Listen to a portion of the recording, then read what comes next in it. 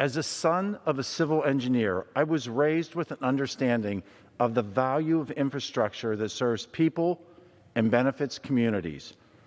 My commitment to infrastructure has spanned decades. As a young man, I put shovel to the road for the construction of highways and bridges.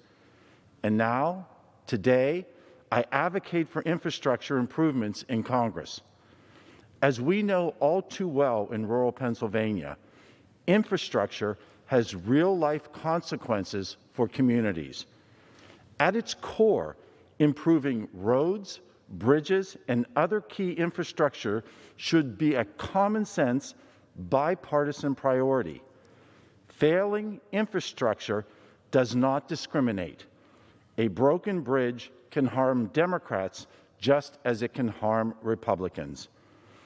Unfortunately, the so-called infrastructure reform put forth by President Biden fails to take seriously the challenges that we are currently facing in Pennsylvania and around the entire country.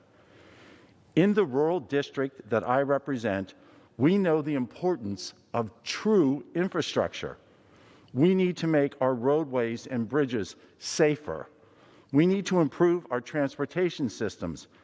And we desperately need to deploy reliable internet to those lacking access to broadband. This is what true infrastructure is. But unfortunately, that's not the Biden plan. Let's look at the facts. In President Biden's infrastructure plan, less than 6% would go to roads and bridges. Less than 2% would go to waterways, locks, dams, ports, and airports. And less than 5%, unfortunately, would go to broadband. With $600 billion devoted to the Green New Deal, this has never been about infrastructure. In Pennsylvania, the extreme policies championed in the Biden plan will crush our vital manufacturing and energy industries. This plan prioritized the progressive agenda over the needs of the American workers and small businesses. In the name of infrastructure, Democrats want to kill jobs, raise taxes, burden families, and stunt our recovery from the COVID-19 pandemic. Today, I ask a very simple question. Is it worth it? As we seek to define infrastructure and consider improvements to our nation's fundamental infrastructure needs, I urge all of my colleagues to dispense with the political games. We need roads. We need bridges. We need reliable internet. We do not need the Green New Deal. Stop calling this infrastructure. Stop hiding progressive policies in Trojan horses. Stop trying to trick the American people.